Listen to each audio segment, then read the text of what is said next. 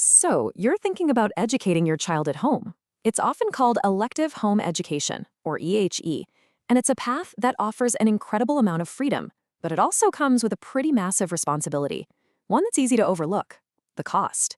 In this explainer, we're going to break down all the real and the hidden expenses that fall completely on you, the parent. Let's get into it. First things first, it's important to know that local councils like this one in Buckinghamshire absolutely recognise home education as a fundamental parental choice. This isn't about whether it's the right or wrong choice, but about making sure you walk in with your eyes wide open about what it really means for your bank account. All right, here's our roadmap. We'll start with the idea of it being a parent's choice. Then we'll get into the major financial shift. After that, we'll cover what it actually means to be a private candidate for exams. We'll break down the real price of those qualifications. And finally, we'll touch on the situation for kids with special educational needs. Okay, Section 1, a parent's choice.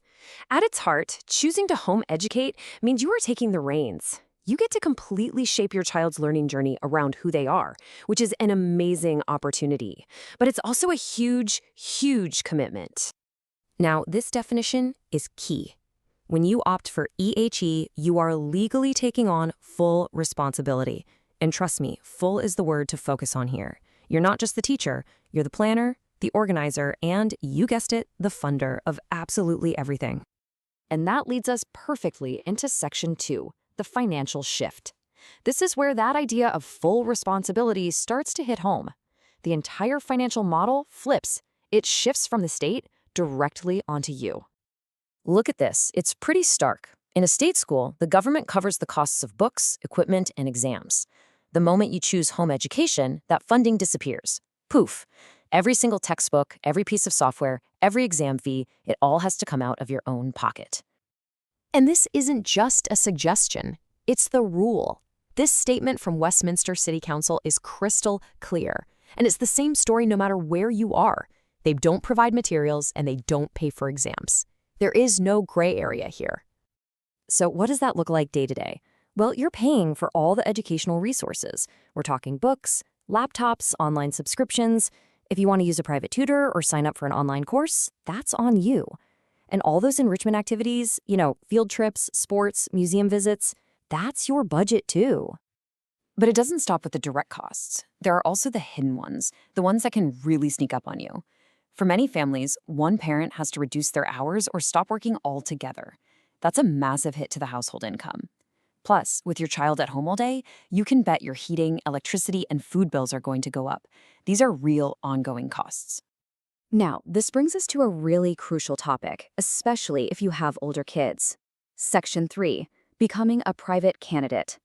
How in the world do home-educated students get official qualifications, like GCSEs or A-Levels? The answer is they have to register as a private candidate. That's the official term for it. Think of it like this. When it comes to exams, your child is essentially a freelance student. They aren't attached to a school, so they have to find a place that will let them sit the test. And as the parent of a private candidate, the whole thing, and I mean all of it, lands on your shoulders. You have to find an exam center that even accepts private candidates, which not all of them do. You have to handle all the paperwork, all the deadlines, and of course, you have to pay for it all. All right, let's talk numbers. Section 4. The price of qualifications. I'm not going to lie, for families with teenagers, this is often the single biggest line item in the whole budget. Just take a look at this range. A single exam, one GCSE or A-Level, could cost you anywhere from about £120 up to £350. And if you have to use a specialist college, you could be looking at nearly £500 for just one subject.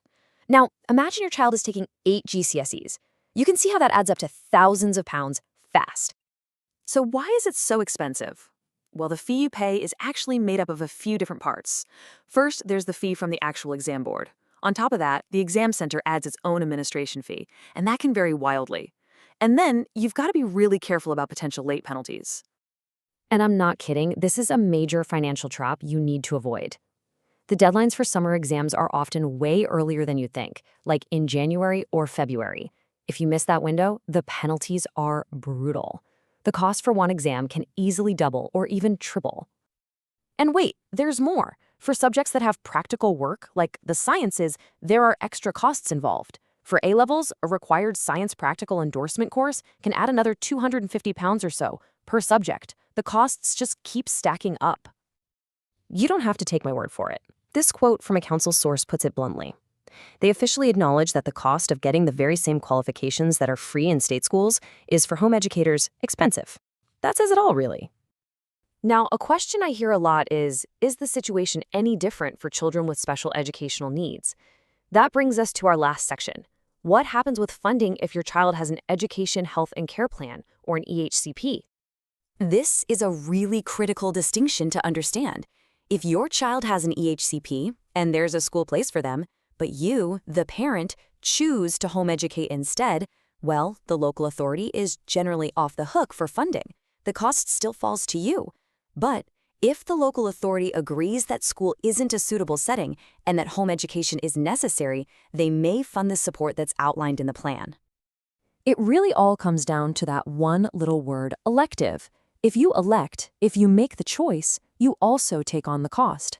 If the local authority decides that education has to be provided otherwise than at school, a situation called EOTAS, then the funding responsibility might stay with them. Your choice is the deciding factor. So let's just quickly recap the big takeaways here. If you choose elective home education, you are taking on the full financial responsibility. Public exam fees are a major, complicated, and pretty much unavoidable cost. And state funding, like the 16 to 19 bursary fund that students in college can get, that's not available to you. And all of this leaves us with one last big question to think about. The law calls home education a parental choice.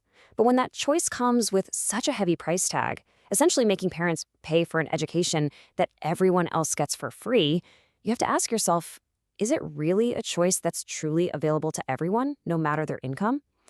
That's definitely some food for thought.